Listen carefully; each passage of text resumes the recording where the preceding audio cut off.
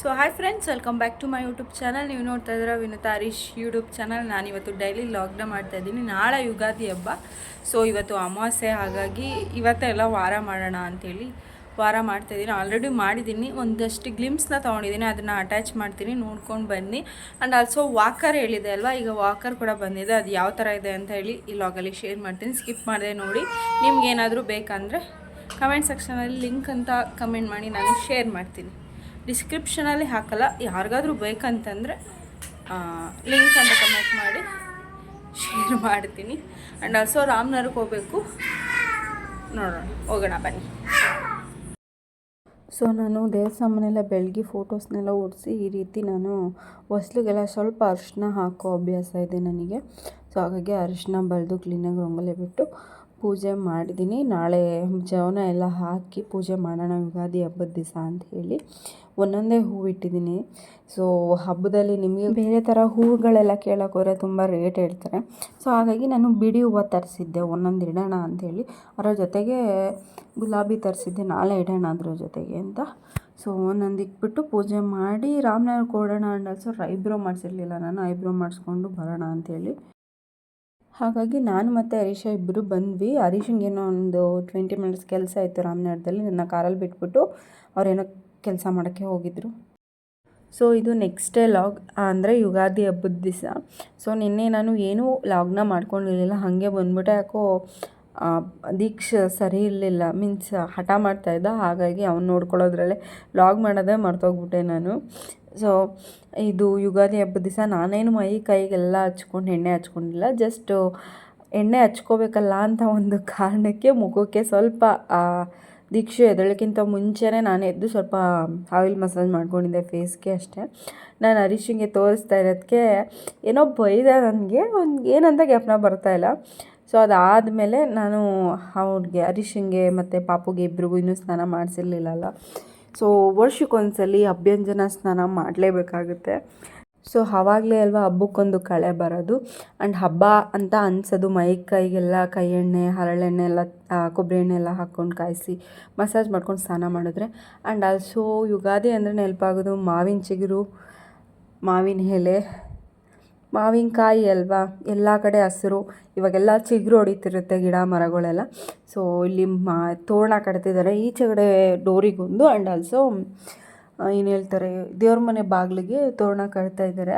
ಅದು ಇವಾಗೆಲ್ಲ ಹೆಂಗೆ ಅಂತಂದರೆ ಮಾರ್ಕೆಟಲ್ಲೇ ಸಿಗೋಂಗೆ ಆಗ್ಬಿಟ್ಟಿದೆ ಗೈಸ್. ಅವಾಗೆಲ್ಲ ನಮ್ಮ ಹಳ್ಳಿ ಸೈಡಲ್ಲೆಲ್ಲ ಹೆಂಗಂದರೆ ಯಾವ್ದಾರ ಒಂದು ತೋಟಕ್ಕೆ ಹೋಗು, ಎಷ್ಟು ಬೇಕಷ್ಟು ಕಿತ್ಕೊಂಡು ಬಾ, ಕಟ್ಟು, ಎರಡೆರಡು ಮಾವಿನಕಾಯಿ ಜೊತೇಲಿ ಕಟ್ತಾಯಿದ್ರು. ಇವಾಗ ಹಂಗೆಲ್ಲ ಕಾಸು ಕೂಡ ಸಿಗುತ್ತೆ ಇದು ಮಾವಿನ ಎಲೆ. ಸೊ ಹರೀಶನು ಕೂಡ ಮಂಡಿಗೆ ಹೋಗಿದ್ರಲ್ಲ, ನಮ್ಮೂರಿಗೇನು ಹೋಗಿರಲಿಲ್ಲ ಅವರು, ಒಂದು 20 ರೂಪಾಯಿ ಕೊಟ್ಬಿಟ್ಟು ತೊಗೊಂಡು ಬಂದಿದ್ದರು.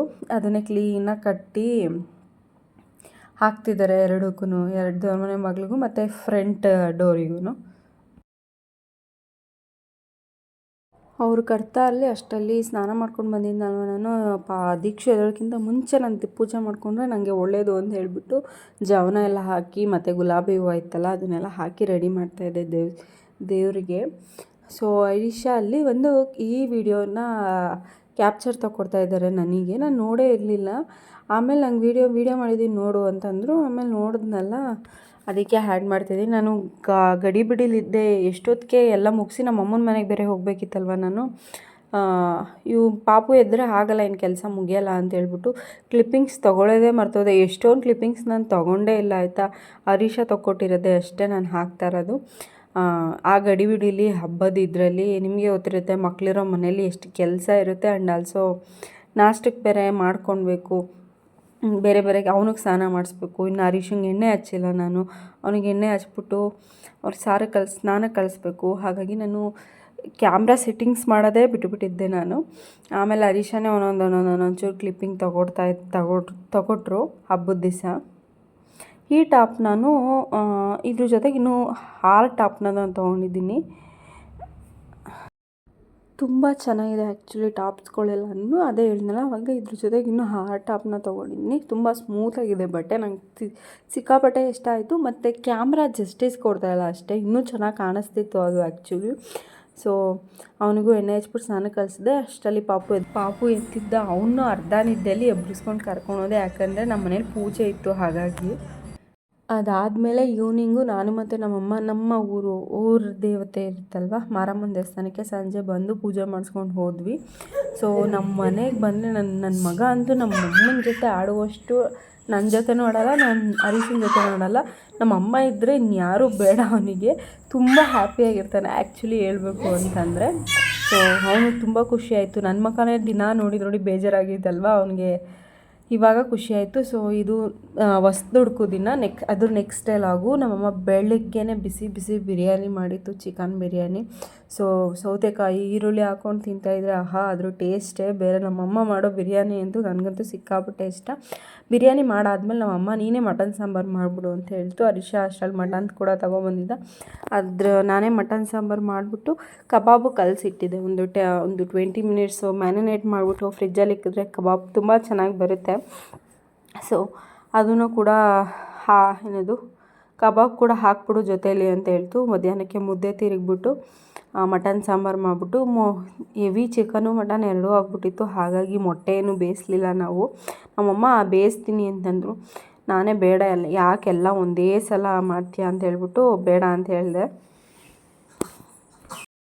ನಾವು ಯಾವಾಗ್ಲೂ ಮಟನ್ ಸಾಂಬಾರು ಅಥವಾ ಚಿಕನ್ ಸಾಂಬಾರು ಏನೇ ಮಾಡಿದ್ರೂ ಚಾಕು ಹಾಕೋ ಅಭ್ಯಾಸ ಇದೆ. ಯಾಕಂದರೆ ಕಾಲ್ಧೂಳು ಎಲ್ಲ ಆಗಿರುತ್ತೆ, ಅದು ಹಾಕಿದ್ರೆ ಹೋಗುತ್ತೆ ಅಂತ ಹೇಳ್ತಾರೆ.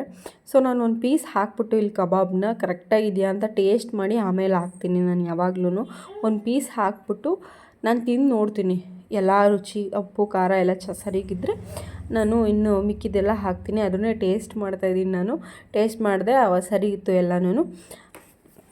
ಕ್ಲೀನಾಗಿ ಅರ್ಧ ಅಷ್ಟೇ ಹಾಕಿದ್ದು, ಯಾಕಂದರೆ 3 ದಿನ ಹರೀಶ ಕೈಗೆ ಸಿಕ್ಕಿಲ್ಲ. ಎಲ್ಲೆಲ್ಲಿ ಮನೆಗೆ ಸೇರಿಲ್ಲ ಗೈಸ್, ಹುಡುಗರು. ಸೊ ಹಾಗಾಗಿ ಹರೀಶ ಬಂದಮೇಲೆ ಹಾಕೋಣ ಅಂತೇಳಿ ನಮ್ಮ ಅಮ್ಮಗೆ ಮತ್ತು ನನ್ನ ತಂಗಿಗೆ ಇಬ್ಬರಿಗೆ ಮಾತ್ರ ಹಾಕ್ತಾಯಿದ್ದೀನಿ ಅಷ್ಟೇ. ಅದು ಹಾಕ್ಬಿಟ್ಟು ಊಟ ಹಾಕ್ಕೊಟ್ಟೆ ನಮ್ಮ ಅಮ್ಮಂಗೆ. ಆ್ಯಕ್ಚುಲಿ ನನ್ನ ಮಗ ಅಂತೂ ನಮ್ಮ ಅಮ್ಮನ ಕೈಯೇ ಬಿಡ್ತಾಯಿರಲಿಲ್ಲ. ಹಾಗಾಗಿ ನಾನೇ ಇನ್ನು ನಮ್ಮಮ್ಮ ಪಾಪನ ಎತ್ಕೊಂಡಿರ್ಬೇಕಾದ್ರೆ ಇನ್ನು ನಾನೇ ಅಡುಗೆ ಮಾಡಬೇಕಲ್ಲ. ಸೊ ಹಾಗಾಗಿ ಅಡುಗೆ ಮಾಡ್ತಾಯಿದ್ದೆ ಅಷ್ಟೇ.